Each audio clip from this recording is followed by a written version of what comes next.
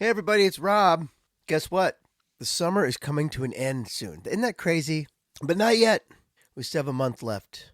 But August is the time to start thinking about having a clothing reset before fall.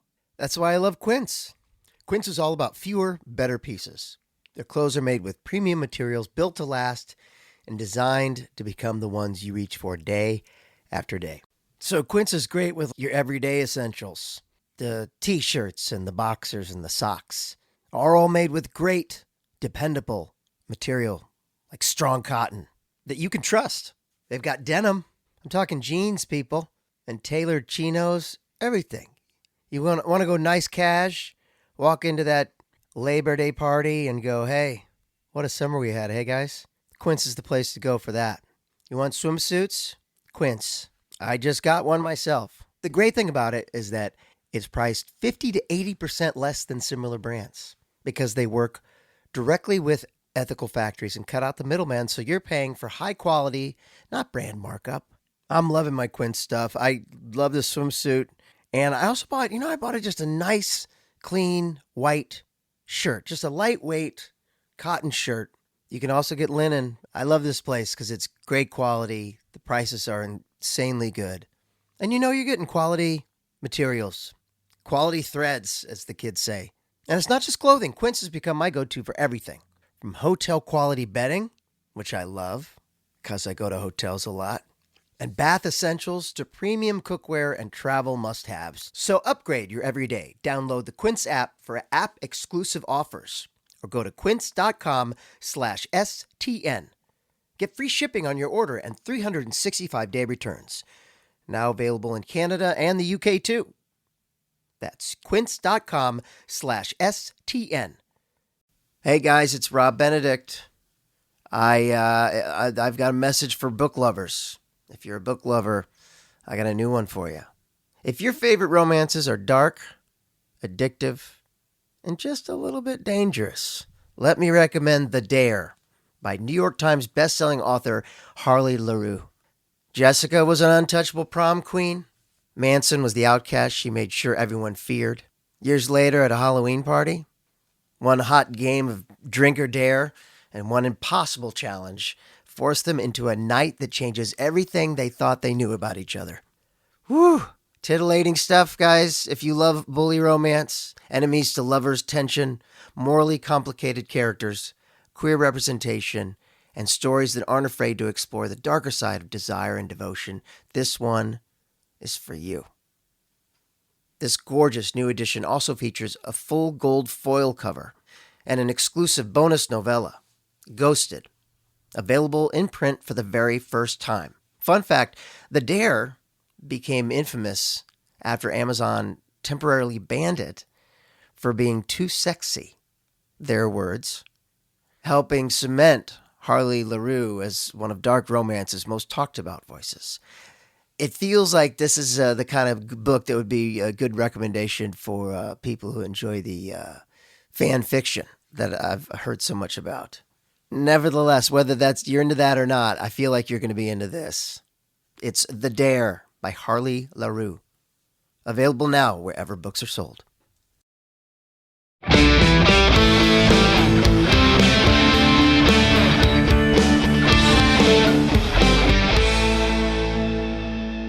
In 2005, two brothers hit the road to fight monsters.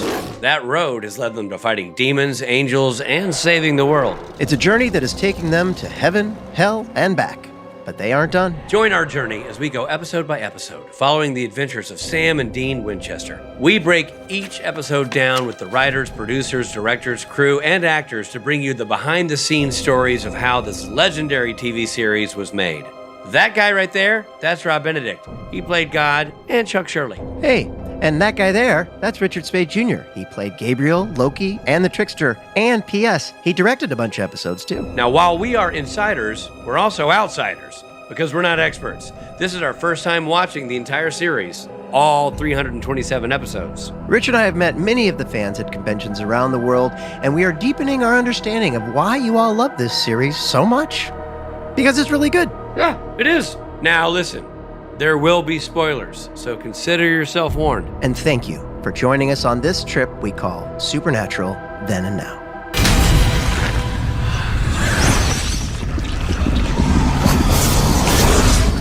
Hey everybody, this is Rob Benedict. And I am Richard Spate Jr. And welcome to our very special Spotlight episode on Eric Kripke, creator of Supernatural. We're calling it Swan Song Part 2, Kripke Reloaded. This time it's personal. That's right. Because we get a little personal in the interview. We do That's get what personal. I mean. Yeah. See what I did there? Yeah, it's so good. So I good. can't write this crap. That's all me. All me. Emmy people.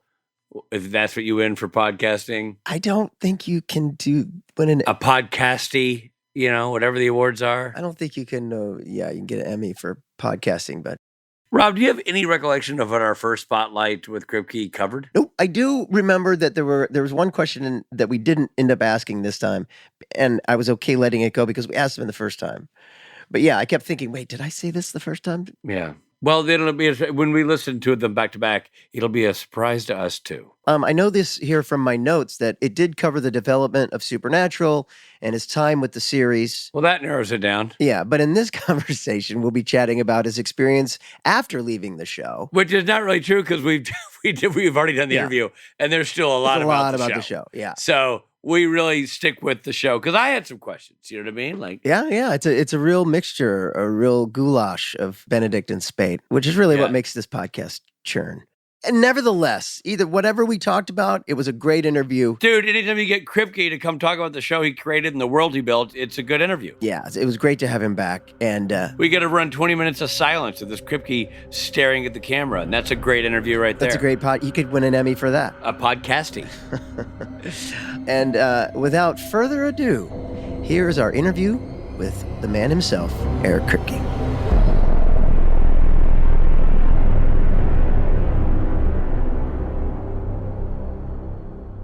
So, yes, we are talking about Supernatural here on the Supernatural podcast. And last time we had you on, Eric, we didn't get to ask you all the questions. And of course, we have so many because you are the brain behind this whole thing.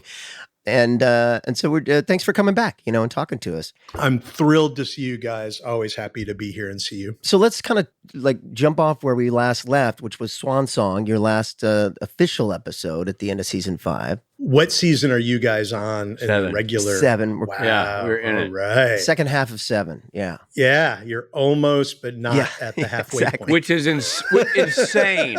Yeah, I mean, and we've been doing the podcast insane. For 4 or 5 years. 7 years. Exactly. I had just met my wife, and now we have an 18-year-old. All right. Yeah, I was going to say my wife was pregnant when we started, and he just left for college. Not even false. So how far in advance did you have the final plot and structure of Swan Song locked down? With a baby being the focal point and it being kind of a love letter to the show that my character narrated. And did you have that in mind at the beginning of season 5 or? We did not at all. We knew the big mechanics, right? Like we knew that it was going to come down to Michael versus Lucifer, brother versus brother, that the universe is depending on these two brothers. Hopefully it was going to be Sam and Dean, but Dean opted out. So it ended up being the other brother. But the idea being that the core of the conflict between the two brothers was going to be reflected on a universe-wide scale. That was always the notion. And then it was going to come to a final head. But then Dean was going to just interrupt it. You have these two giant forces, then you have one human, playing classic rock, and he just fucks up the biggest, most important battle of the universe. And that was where we always knew, we knew we were going there. Right. I think it was during the break, if I remember correctly, that there was a lot of conversation about what is the thing that is going to snap Sam out of it, and how do we give it the ultimate amount of importance. And I think we talked about it for a while, if I remember correctly. And there was different things. And I think one of the reasons that Army Man is in the show is because at one point it was the Army Man. It was very, very specific about what we were looking for. Right. And I remember coming in one day and I'm like, okay, so I actually distinctly remember this, telling it to Ben Edlin and Jenny Klein of there's like, I'm like, okay, there's the army man. And they go, yeah. I'm like, widen out. And they go, okay. I'm like, what do you see? And they're like, what the f are you talking about? I don't know. And I'm like, the car. It's the car. And they were like, right, the car. And so once we realized like it's the car, then we were like, oh, well, we should then really lean into what makes the car special to Sam. Right. Because we had to make up a lot of time about like, oh, we really need to, really create a relationship. Dean has a relationship with Baby, and that's obvious. Sam's wasn't as obvious. And so we needed to really like lean into what it meant to him and both of them. And so then from there came like, well, what if we start telling these short stories, about the car, and what if we had Chuck narrate them? And then for me, the big one was that opening, with the film. And so like, cool. I mean, just so cool. What was it? Like, it was, I forget the number, like the 10 millionth off the line Chevy off the line. That was all real. That's real footage that really happened. And it really was like a month before they would have been rolling the Impalas off the line, like all that. So sometimes you find just a piece of history that's just serendipity, and you're like, oh, we're just going to build it around that. Like, that's incredible. And it's totally true. Yeah. And then we found the footage, and Chevy let us use it. And I mean, why wouldn't they? I mean, what a great literally it's a love letter to a car. Yeah. I mean, exactly. Well, and now, the Impala makes an appearance at every convention we do, which is crazy. Right. I mean, there's a couple of them, and they're amazing. Well, that's so cool. I mean, it really, the episode came out so well. It's such a great idea, To follow up on that part, there's, music was so essential to Supernatural's first 5 seasons. It was such a great soundtrack of classic rock, and you end with Rock of Ages. Was that by design, or was that just like, what would be cool here? Did you have that in mind? There was probably, as there always is, there's probably like a grouping of like 3 or 4 songs that I'd be okay with in that moment, because you just don't know if the band's going to clear them, or can you afford it? Like, you just don't know until you go down the road. Right. So you can't just have one option, but it had to be one that happens to be a song that means a lot to me, just because it's so evocative of a time and a place for me. Like, whether I was like something like 7th grade or something, but like the gloppin', glopin', like that was such an iconic part of my childhood that I was just so like, it had to have been a song to have done that. Like, sometimes we've had classic rock on the show that I'm like, yeah, it's great. Who doesn't like that song? But I needed one that was that resonated for you personally. Exactly. So as you approach this, I have to ask,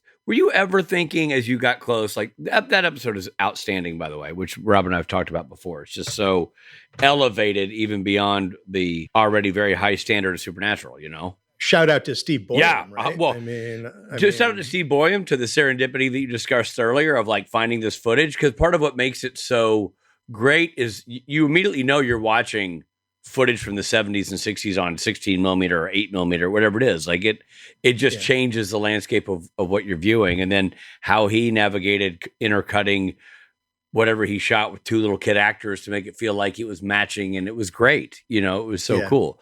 And finding those details in the car, it was all the specificity of what was going on. Can I also tell you, I have a confession, which is I don't rewatch many episodes or many things of the show or anything, frankly, because it's like totally reopening all my wounds every time. So like you only see the things you wish you could have done different. By a mile, the stuff I watch the most are Rob's Impala short stories. Because you can get them like online, someone cut them all together. Oh, wow. And like, I'll watch that like as a self-soothing like thing. Like I've maybe seen that like 30 times, and I've maybe seen every other episode of the show I've worked on 5 times. Yeah.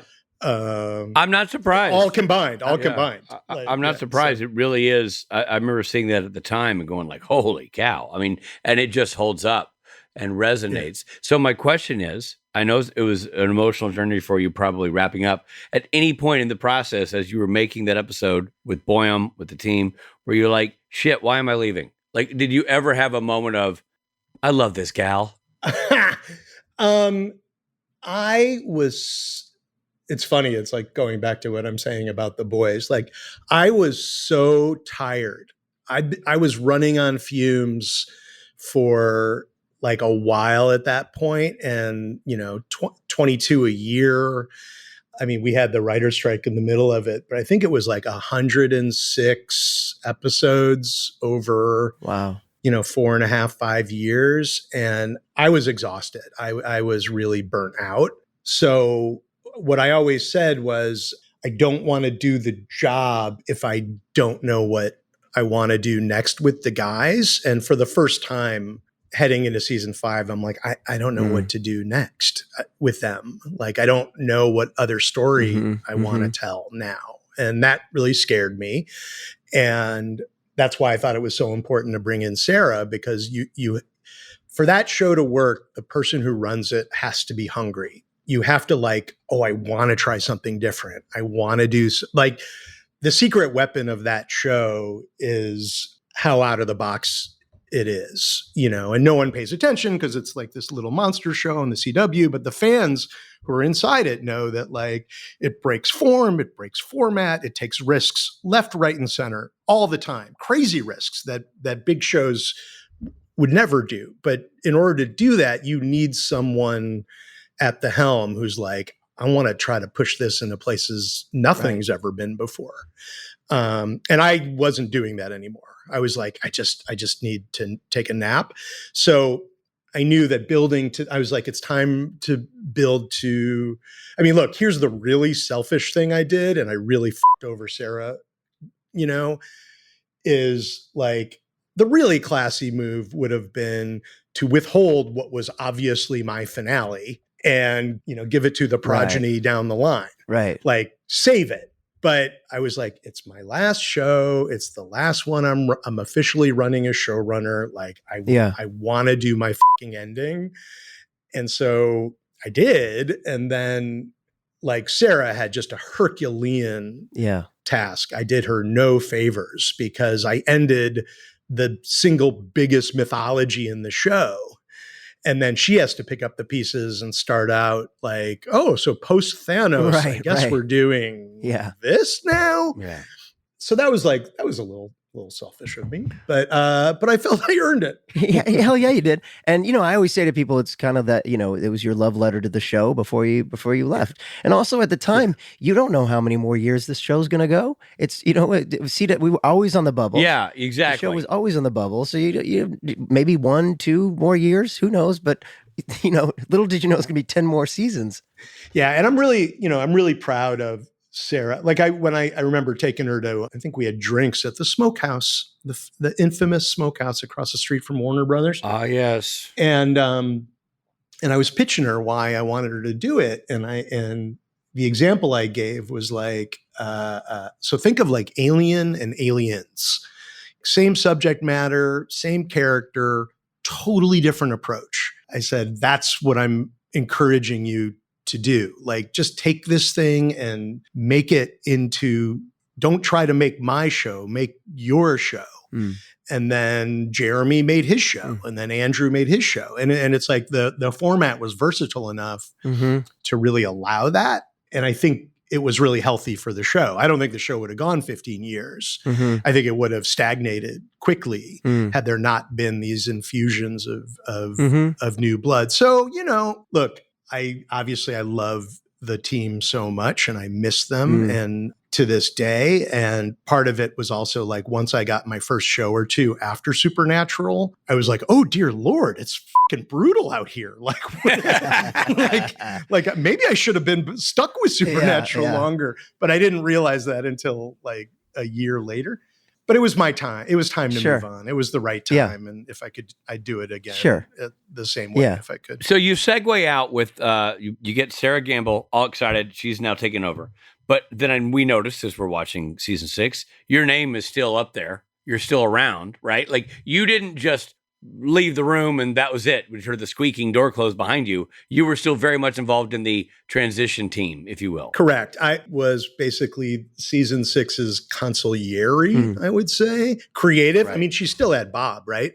So it's like you have Bob Singer, you have the guy who is, and I'll say it again and again until I die, the day I die, like the most consistent and important voice in Supernatural in its totality is Bob Singer. Yeah. Like that's the one constant from the very first episode to the very last episode. And he deserves so much more credit than he gets. I mean, part of it is he doesn't like credit and he gets grumpy when anyone gives him credit. But like, it's when you want to talk about a coherent vision of the show from seasons 1 to 15, I mean, he's the guy. Mm-hmm. So he was still there, but the deal I had made with Warner Brothers was I was going to come in, I think like 2 days a week, 3 days a week. So like I would come in, kind of help Sarah with like what the ins and outs are. She was a natural born showrunner and took to it quickly and easily, but it was crazy. And a lot of times it was a lot of like, she's like, can you just jump in on episode 6 and be in the room with those guys? Or could you just do a pass on this script? Like it was just, mostly I was just another set of hands because she didn't need that much advice. Mm-hmm. Right. So in that capacity, were you at the office every day or did you come in when called? No, I came in, like clockwork. I came in, I think it was 2 days a week. Oh, okay. So It was like Tuesdays and Thursdays I would come in. And then the other days I was like writing my own shit. Right. And then you wrote the season finale of 6? I did, yeah. And how did that come about?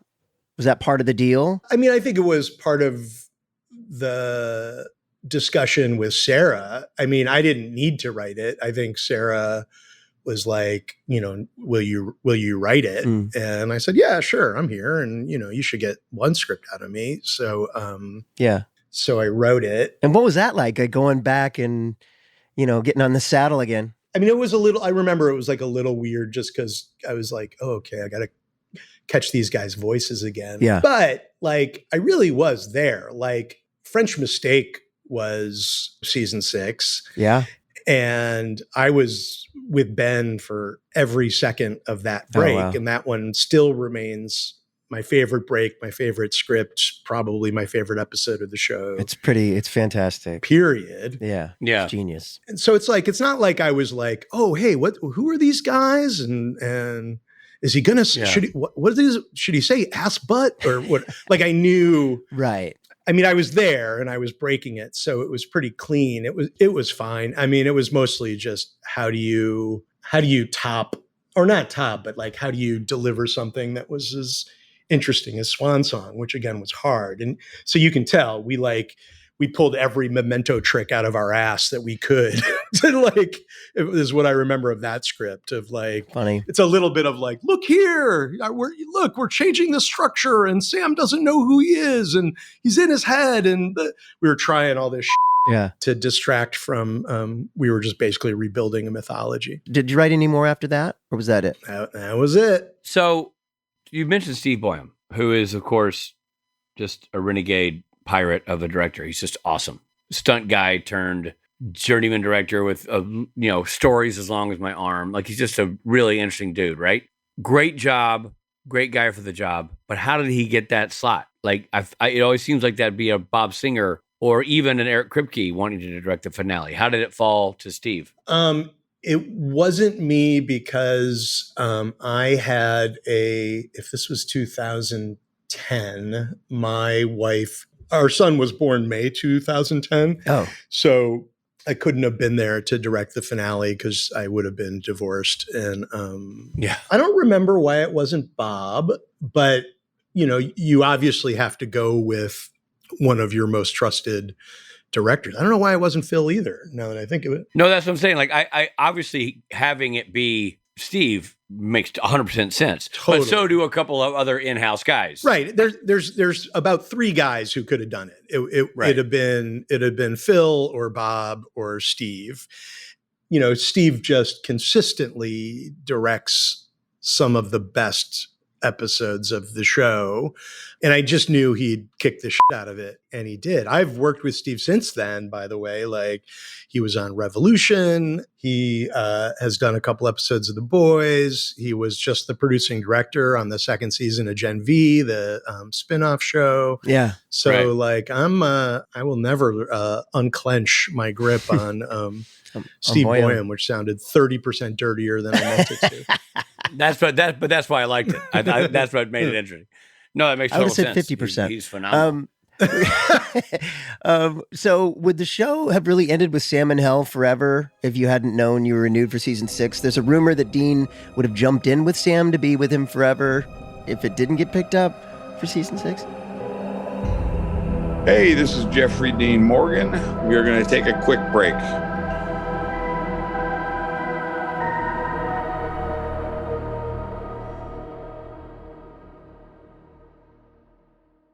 Hey, it's Richard Spate, and I'm going to tell you something. I love Wayfair.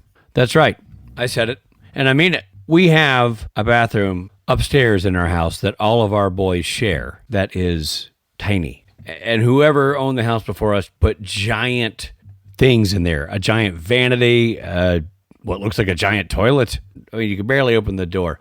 I went on Wayfair, and I found space-saving everything that also looks awesome and is incredibly high quality.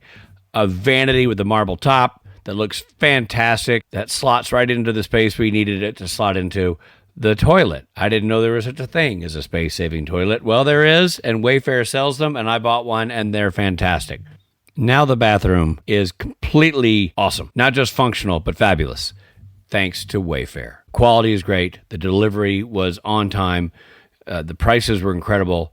You can read more than 20 million verified 5-star reviews from real shoppers on the site. And that really helped steer my choices as well. You can create the home you love without overspending. You find options that fit your style and fit your budget. And in my case, fit your tiny bathroom.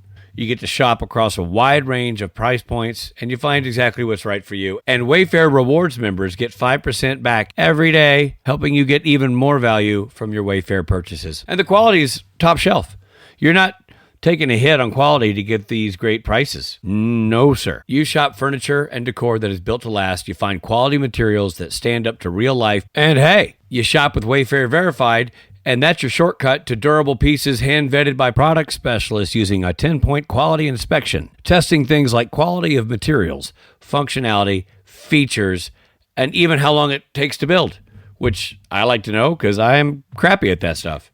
So here's the thing. You heard me say that Wayfair Reward members get 5% back every day. Yeah, you did, because I said it. Well, join Wayfair Rewards today, and you too will get 5% back on every purchase and start saving on your next home upgrade. Head to wayfair.com to shop all things home. That's WAYFAIR.com, which is COM. Wayfair. Every style, every home. Wayfair, every style, every home.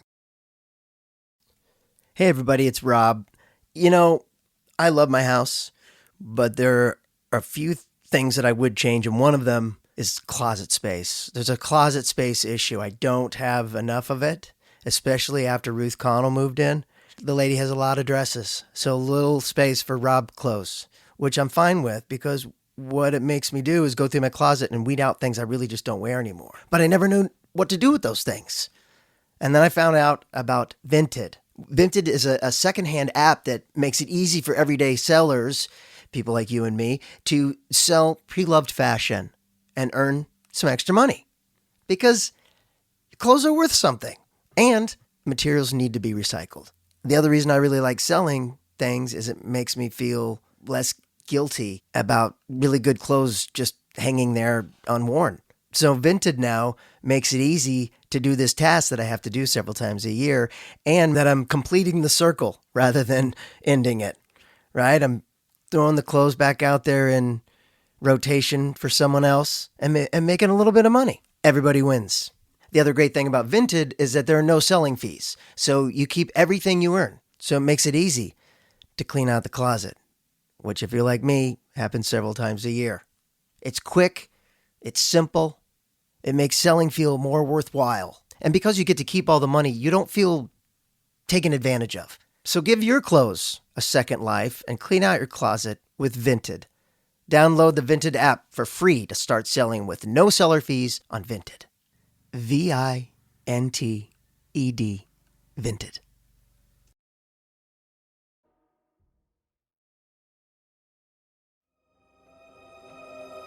Hey, it's Jeffrey D. Morgan again. Welcome back to the podcast. There was never any plan for Dean to jump into hell with him. Okay. I actually ultimately think it's good they didn't leave the ending to me, because the ending that I had in mind was way more with like a horror movie DNA.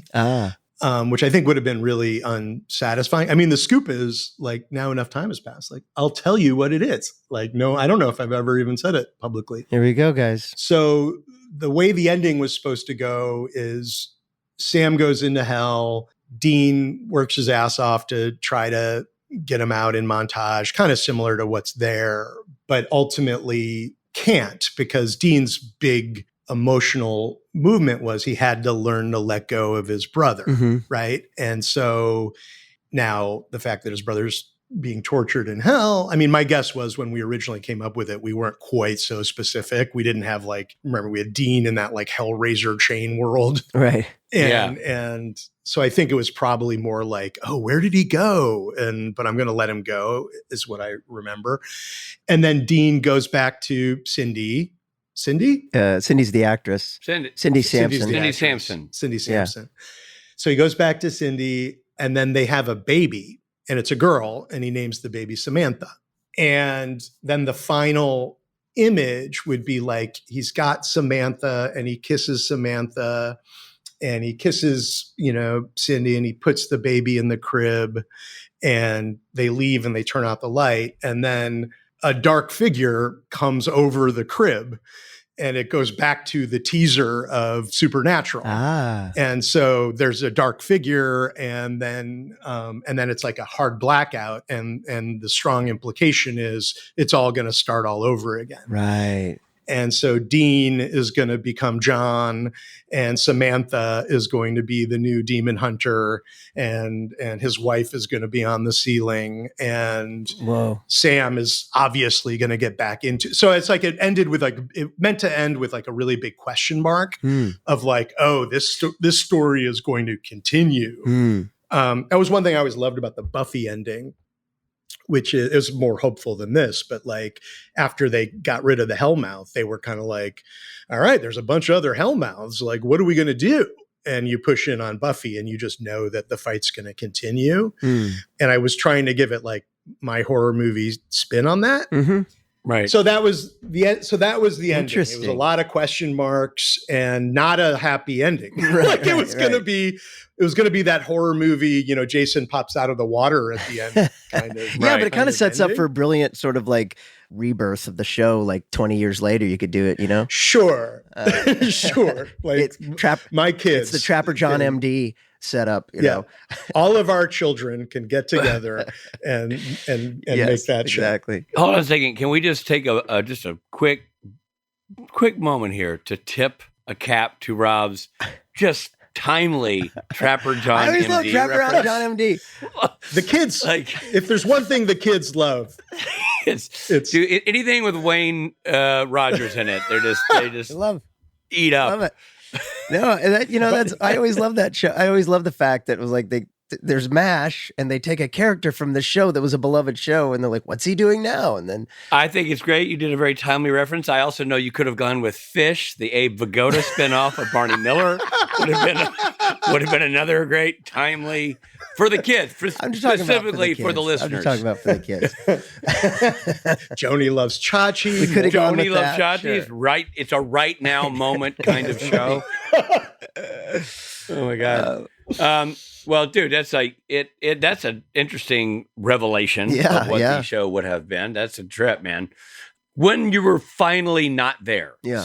season 7 rolls around, and now you're not coming in 2 days a week. Is that correct? You're just Yeah, you're doing Revolution. Yeah, and I'm moving on. starting. I'm in the early stages of pitching Revolution. Right. So at that point, miss it at all, or just happy to have your kid at college?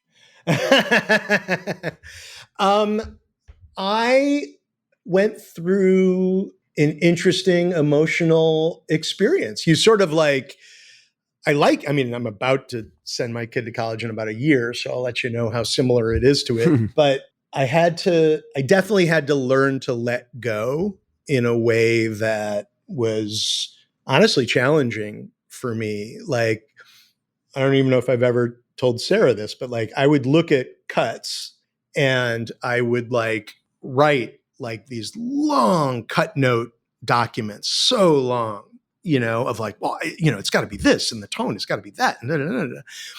And like the smartest thing I did about those documents is I slept on them. And then I like woke up in the morning and I read them over and I deleted them every time. Wow. Because I'm like, this is not my show and it's her show. And all I would be doing is throwing chaos at her. And, I know in some of my earlier adventures, not in Supernatural, I know what it's like for like a drive-by producer to like come by and like fuck up all your shit. And I just was committed to not being that for her. So I had to just sort of like, I had to learn that process of like, it's going to be, it's not going to be what I would have made, but it's going to be good. Yeah. And because it's got to be true to her. It's very similar actually to sending a kid to college, I'd say. Yeah. So what was it like when you sent off your kid? Yeah. I mean, that's really what it's like. It's like right now I'm going through that. My son's a senior and he's getting ready in college, and he's getting ready to go out into the world, and you want to be like, do it for him. And then you're like, no, he's got to learn on his own and make his own mistakes and learn from his mistakes and all that. What would you say is the most important thing you learned on Supernatural that now that you're on, that you can apply to the boys? That's a good question. I would say 2 things. One is just in terms of like showrunner tips about how to do the job. I've said this in other places before, but the single best piece of showrunner advice I ever got was the very first piece of showrunner advice I ever got in my very first meeting with Bob. He said, look, the number one rule of show running is you're in the business of making decisions. The corollary of that rule is it does not have to be the right decision. And that to me is the best piece of advice I've ever gotten. Like you have to make the call. Inertia or like stillness is death. I can sit with a showrunner and the minute they're like, you know what, give me the night to think about that, I'm like, oh, your show's going to fail. Wow. Because you have to keep the machine moving. Wow. And by the way, you keep it moving, we're going right. And then you drive home that night and you're like, fuck, we should have gone left. You can still come in the next morning and be like, you know what, guys, we're going left. Going left. Right. But they just need to know what they're doing. And when you say like, I don't know, then everything just stops. The machine grinds to a halt. Why? And even the boys, which has more time and more money, it's the same thing. People need to know. They're waiting on you to give a decision. And so the longer you take for that decision, the harder it is for them to do their job. Well, and I have to say, working on the boys, like you really do make every decision too. Like they all depend on your word before they move on with. And honestly, I tell people that it was like working on a movie, because it really was like everything is a decision. What kind of holster should he have? What kind of, or what kind of, how many ball bearings should be in the penis? It's like that's.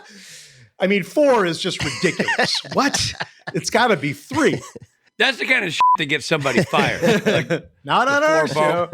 The 4 ball bearing guy. And I'd say the other thing I learned that I'm really proud of is The Boys is actually a TV show. And in streaming, those are actually pretty rare. Like they have, each episode has a beginning, middle, and end. They have like action sequences, they build to something, there's some kind of resolution. That came out of my network experience. And the streaming shows where they're like, hang in there because season 5 or episode 5 is when it really takes off. And like that shit drives me nuts. Or like, it's really a 10-hour movie like that. Like, go make a movie. Yeah. This is a TV show. We are in the television business, and it's our job to entertain you every hour. Like, I'm like, motherfuckers, I had to keep you coming back from the deodorant commercial. I didn't have, streaming that you could move past. Like, I had to keep you entertained. Right. And that's something that I always have carried forward with me of I've never lost sight of the fact that primarily we're entertainers. And I think a lot of people in this kind of like highfalutin streaming world, I think they forget that. Yeah, that's really interesting. That's such a good point. That is really interesting. And you're so right. There's shows where like, season 1's not great, but you got to stick with it. Right. Yeah. No, like who's got 12 hours to just be like, middle of season 2, trust me. You'll be glad. It really takes off. So, like, you talk about the fact that you've got to be a decision maker. It's an essential skill for the job. Be crisp and clean with your decisions, even when they're maybe wrong. Looking back, is there anything that you did on the show that you wish you hadn't done? Like, anytime you went right, you wish you'd gone left, or vice versa, a missed opportunity? I'll have to think about that. I mean, by and large, look, I regret certain terrible episodes. I regret having a racist truck.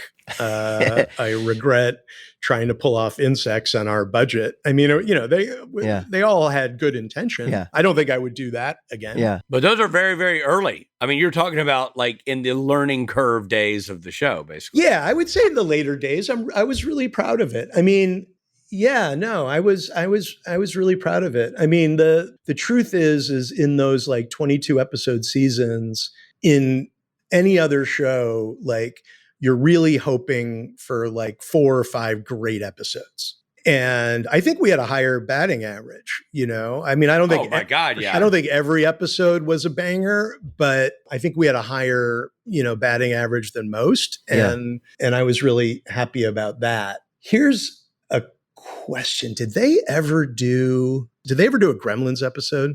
Not that we've seen. It's not ringing a bell. Because the one, and that's why I'm not sure whether they ended up doing it, because it was sort of infamous of like the one story that I always really wanted to do under my watch that I never got a chance to do was Gremlins. And because Gremlins are a real mythology that long predated the movie.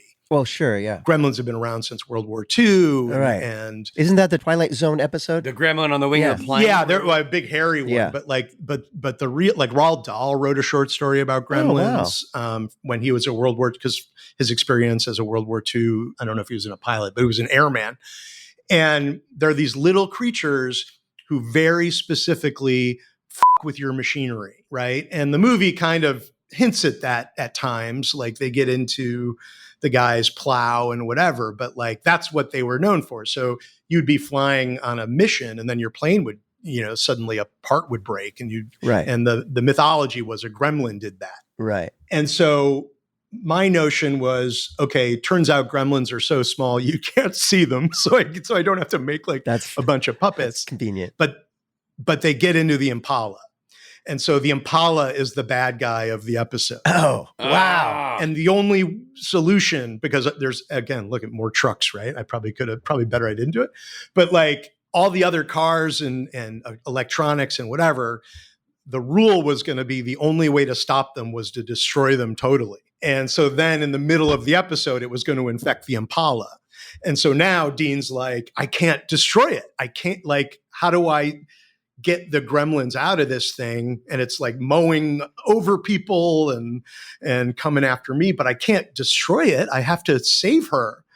And then I don't think we ever got to the answer as to why, but like that was a story like I always loved, and it was totally doable. Yeah. Like it wasn't like an impossible story to pull off because the only monsters you ever saw would have been like the blender that someone's hand was in, or the car, right. I don't know why we never ended up doing it. Maybe like I think it was like because they ended up doing like that great episode Baby that was, you know, that Robbie wrote, that was all within it. Right. But I think at the time the feeling was like, we don't have enough days in the schedule to do like a real Impala-centric episode. Right. Yeah, all car stunts. It's basically all car long. gags all day. Yeah. Well, here's a question for you. Did you ever think, as you sort of revealed Rob's character to be God and dealt with angels, was there ever a conversation about Jesus? Did you ever think about like, oh, we should tackle that? I wasn't going to touch that with a 10-foot pole, man. Like, I am not getting like super specific about Jesus. You know, the comic book sources that a lot of that stuff came from, like Preacher, you know, and Garth Ennis, and they were all, I mean, yes, there is sort of like a whacked out Jesus character in that. But to me, it was like the binary, like God versus Lucifer without getting like too specific. Right. You know, so that there's a lot of religions it could play under rather than, you know, being with any one particular religion. Yeah. And, you know, we wanted to be provocative without being, you know, firebombed, I think. Yeah. Yeah, that's a good, right. That's the fine line you want to walk. That's the line. Just this side of being firebombed is a good life lesson. We're going to let you go pretty soon. We just have a question I'm sure a lot of fans want to know. Is there anything more that you can tell us about Misha, Jared, and Jensen in season 5 of The Boys? Literally right off camera, there's an Amazon delivery guy holding a gun on me. We don't want that to happen. So I can't. We don't want it. And it was 2 days. Like he just opened the box and it came 2 days. No, I mean, I'll talk about the experience, which is because I went. I was great. like, look, it's going to be me and Phil and Jared and Jensen and Misha, like all together. Yeah, that's great. For like basically like a week of filming. And, you know, I don't want to say the context or give anything away, but it was so fun. And it felt like the best possible high school reunion. Cause while I've worked with Jensen, I haven't worked with Jared since, 2011. Wow. And same with Misha. So to get them in and for like me and Phil to come up to them and give them performance notes and just like working through it again, the way that you immediately fall back into all your old, relationships and patterns was just so delightful. Like one little mini story is I was sitting with Jared and Anthony Starr, who plays Homelander. And Jared was, I forget what the joke was or whatever, but Jared was giving me like no end of shit. And that tracks. Yeah. Right. And Ant was like, oh, wait, we're allowed to do that? like he just didn't even, I was like, well, that was how things were then. That's really funny. Stand down, Homelander. Not quite. Yeah. Oh, that's really good. That's awesome. I love that idea that he's like, hold on. Wait a minute. We could have been giving this guy the whole time. To that end, follow-up question, Vought Rising, that's super exciting. The prequel, or if it will, or spinoff. Any tidbits, any morsels you can spread about that? Scripts are being written. Paul Grelong, who was one of the senior exec producers of The Boys, Revolution too, by the way, but The Boys. So he's running it and is doing an absolutely fantastic job. Scripts are being written, sets are being built, super suits are being made. Amazing. So exciting. So it's in what we in the biz call soft prep, and then hard prep begins pretty darn soon, in probably like a month or 5 weeks, which means they officially open the offices. They start really hiring crew in earnest. I think it's aiming for an August shoot start. Is this a Toronto show as well? It'll be a Toronto show. And what's nice about it is the crew, maybe like 80% of the crew, 75% of the crew is going to wrap The Boys, take a month off, and then all go in mass over to Vought Rising. Great. That's awesome. Especially for them. Yeah. So they get a steady gig and we get like in the million ways with which they maintain the house style.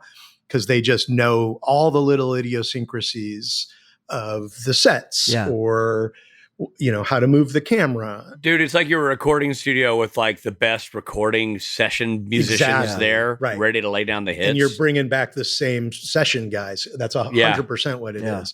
Yeah. So I'm looking forward to that. And and Jensen will be, I love what Paul's doing with Soldier Boy and Jensen's character. And Great. it's, Paul was and is like a playwright, like a real playwright, like had a show at the Geffen and is just like super classy in a way that I am not.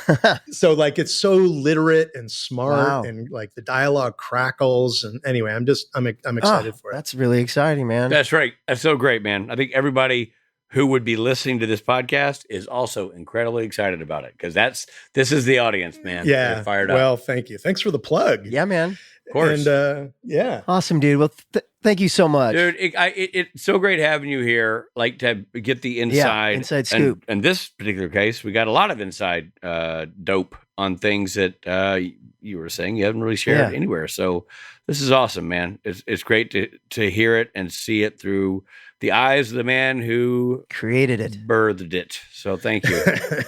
Well, look, I always love hanging out with you guys. So thanks, man. Thank you for having me. Great to see you, Eric. Good seeing you guys. Yeah. We'll do it again. Cheers. Cheers. Hey, this is Mark Shepard. We're going to take a break. We'll be right back.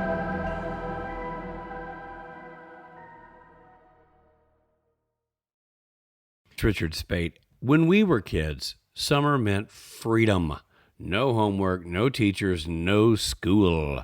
And as adults, summer still means freedom, thanks to Mint Mobile's summer sale. Right now, all of Mint's plans are $15 per month, even unlimited. So free yourself from big wireless and their gimmicks and gotchas and switch to Mint for high-speed data and coverage on the T-Mobile 5G network. What's up, G? My sons love Mint Mobile. Why?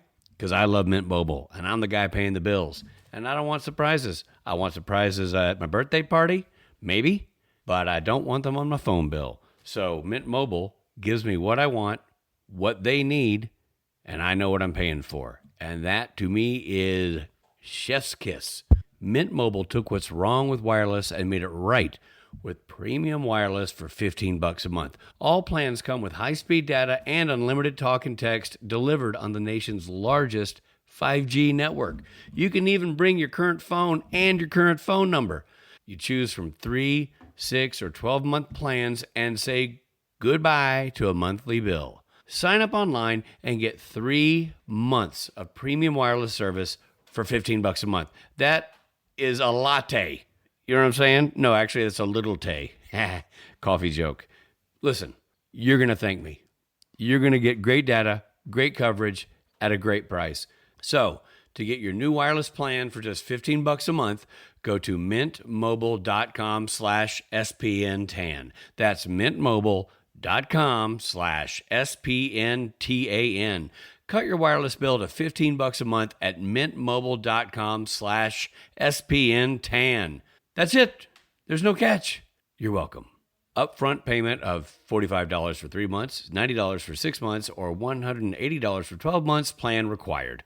$15 per month equivalent. Taxes and fees extra. Initial plan term only. Greater than 50 gigabytes may slow when network is busy. Includes up to 20 gigabytes hotspot. Capable device required. Availability, speed, and coverage varies. See mintmobile.com. Hey, everybody, it's Rob. Guess what? The summer is coming to an end soon. Isn't that crazy? But not yet. We still have a month left. But August is the time to start thinking about having a clothing reset before fall. That's why I love Quince. Quince is all about fewer, better pieces. Their clothes are made with premium materials built to last and designed to become the ones you reach for day after day. So Quince is great with your everyday essentials. The t-shirts and the boxers and the socks are all made with great, dependable material like strong cotton that you can trust. They've got denim. I'm talking jeans, people, and tailored chinos, everything. You want to go nice cash, walk into that Labor Day party and go, hey, What a summer we had, hey guys? Quince is the place to go for that. You want swimsuits?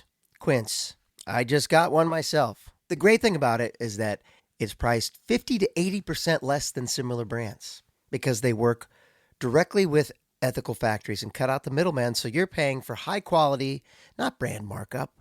I'm loving my Quince stuff. I love the swimsuit. And I also bought, I bought just a nice, clean, white shirt. Just a lightweight cotton shirt. You can also get linen. I love this place because it's great quality. The prices are insanely good. And you're getting quality materials. Quality threads, as the kids say. And it's not just clothing. Quince has become my go-to for everything.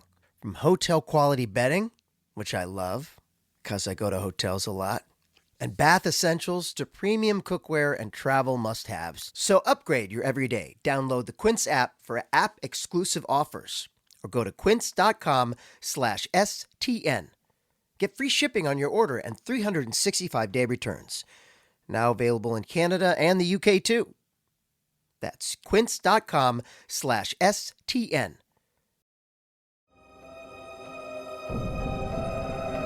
We're back. Thanks. So great, as always. You're such a great interviewer as well. Like he's a writer and he knows how to construct an answer. Yeah, I mean, it's funny. Sometimes when you meet the writers, although that has not been the case with Supernatural, but sometimes they can be a little bit more introverted. Yeah. And express themselves better through the written word. Not this fella. He's got them both down. He's a talker as well and shares some great stories, man. Yeah, no, it was so great. Going back to the source, you get the real answer, and it helps you and I load our ammo for when we get asked those questions at conventions. I mean, now we really have an answer for it. Yeah, and he's just so passionate about everything. Yeah, passionate about staying and passionate about transitioning with Sarah and in his new work with the boys in Vought Rising and Gen V. And, he's just a passionate guy who puts everything on the table when it comes to his work on these shows. Yeah, really and he does. He really appreciates the fans of Supernatural. He appreciates the show itself. He's very proud of it. And so it's just a delight to talk to him about it. Yeah, you're right. That pride is still very, very front and center when you talk to him. Yeah. Good dude all around. So thank you, everyone, for joining us on the Kripke Reloaded.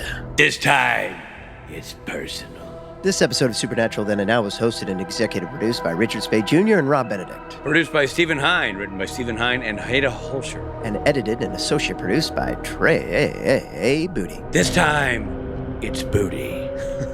Music provided by Tim Wynn. The episode was recorded with the help of Sonic Fuel Studios. This podcast is from Story Mill Media. Follow the podcast on Instagram and YouTube at SPN Then and Now. Become a member of the podcast to get early access, chat rooms with other podcast fans, and video interviews at patreon.com/SPN Then and Now.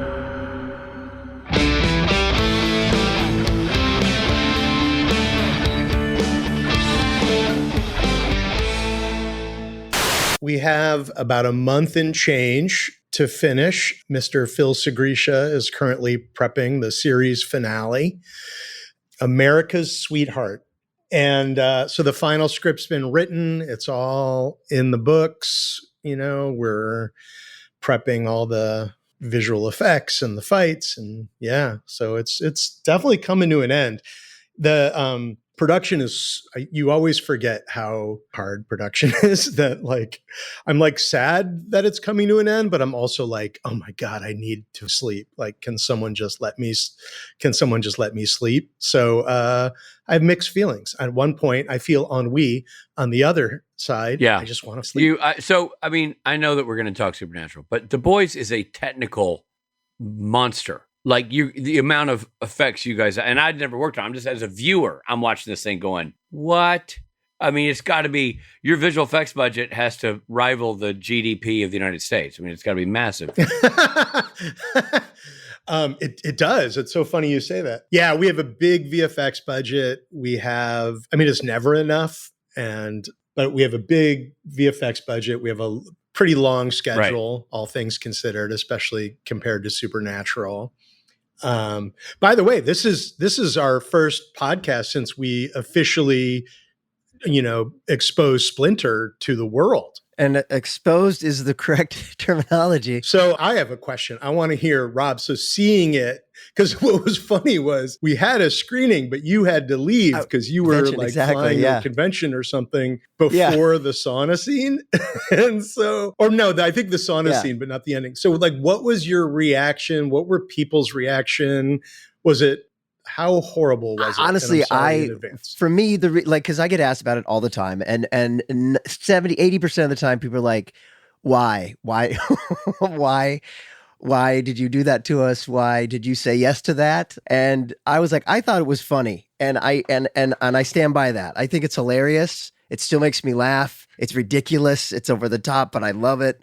And to me, the thing that people never ask about, but to me, the thing that was so cool is the whole fight sequence, which we worked so hard at. And even that opening shot where I'm like loading the stage with all the different, was never been done before, that shot. And so just, like what Richard was saying, technically it's a masterpiece in terms of like putting that kind of thing together. So yeah, I gave Rob a lot of props when I saw it. I'm like, obviously everybody's going to talk about, that was his Hitchcock shower scene, right? I mean, that was but what you don't remember is that you see her in the bra in the hotel room earlier. Like Rob's playing 5 or 6 different versions of himself was awesome because they were all slightly different. You know what I mean? Like it was an acting challenge that he really delivered highly on, It's funny. I was thinking of you because I just saw the movie. Sinners. Yeah. Have you seen this? I was thinking of you because I was like, Michael B. Jordan very reasonably and justifiably is getting all these props for playing these 2 roles, and he plays them like just subtly different. And I'm thinking to myself, I'm like, Rob did like 12 of those. And they were all in the same shot. And like, by the way, I think the reason you don't get questions about the fight is because it's so seamlessly done that people don't see or realize the illusion that the whole team is only fighting you. Right. And, and that's a testament to Karen, the director and VFX. But yeah, I officially apologize for the ass eating scene. I only want you to get props from it. I thought it was so brave, and to be able to commit to a bit to go for comedy as bravely as you went for comedy in that is, you'll always have a special place in my heart for that. I gotta tell you, we just did a convention in New Jersey, and Rob, the story I'm going to tell. Rob got a question. Somebody was asking about the boys, and they said, "Was that really yours?" So Rob then did a 15-minute dissertation on the choosing of the phallus and the importance of matching your wang to the other fighters and all of the the table of wangs and all these things, only to have the young lady go, that was not my question. So, sir, this is an Arby's. He was just talking about the butt. She's like, that's not, you misunderstood my question. It's like, oh, okay. I asked if you wanted fries with that. Yeah, she was asking about the butt. By the way, my favorite of the dong details was there are 3 or 4 ball bearings in the head of every dong because that's what we needed for it to be weighted and swing properly. And I tell people that I had to go into a room with the producers that were there, and while they filmed me naked with the wiener doing moves like this, and then they'd send it to you back in LA, and you like gave the thumbs up or thumbs down. Okay, so I mean, thanks for indulging these questions. I haven't ever had a chance to talk to you about this, but like, did it feel weirdly like did it feel better or worse because you're not actually going through that sequence naked? You're actually going through that sequence wearing a bikini bottom, which is obviously not, but you're not nude. You're not nude. No, it felt like it was in a G-string. It really did feel a lot better because I was worried going up there because it was never clear to me if it was going to be real me or fake me. I didn't know until I landed, and I went to this VFX room and they had all those dongs on the table, and I was like, "Oh, is that for me?" And they're like, "Yeah." I was like, "Oh, thank." But no, man. Look, I have to be honest. Like, I had a blast doing it. I think it's really funny. It honestly surprises me how freaked out people were by it. You know, this one woman said she couldn't buy this my band T-shirt because it had a picture of me on the front with my head shaved, and she was like, "It's too much like Splinter. I can't look at you like that." It's also like the crossbreeding of the audiences is a little, like I think people get a little shocked from one. Yeah, it's true. Well, totally. Anyway, thank you. My hat's off to you, sir. It was. I appreciate the opportunity. It was fun, and it's a great character. It's a great idea for a character. It's great. It was so great. I loved it. I thought Rob crushed it. I agree. Story Mill Media.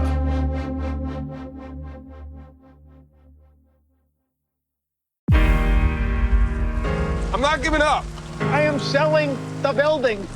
The final season of FX's The Bear. The restaurant is flooded. Everything's either going to be okay. No, stop. Or not. We are outgunned and we are outmanned, but we have each other. FX's The Bear, the final season. All episodes now streaming on Disney+. The war is over, and both sides lost. Kingdoms were reduced to cinders, and armies scattered like bones in the dust. Now the survivors claw to what's left of a broken world, praying the darkness chooses someone else tonight. But in the Shadow Dark, the darkness always wins. This is old school adventuring at its most cruel. Your torch ticks down in real time, and when that flame dies, something else rises to finish the job. This is a brutal rules-light nightmare with a story that emerges organically based on the decisions that the characters make. This is what it felt like to play RPGs in the 80s, and man, it is so good to be back. Join the Glass Cannon podcast as we plunge into the Shadow Dark every Thursday night at 8 p.m. Eastern on youtube.com/theglasscannon with the podcast version dropping the next day. See what everybody's talking about and join us in the dark.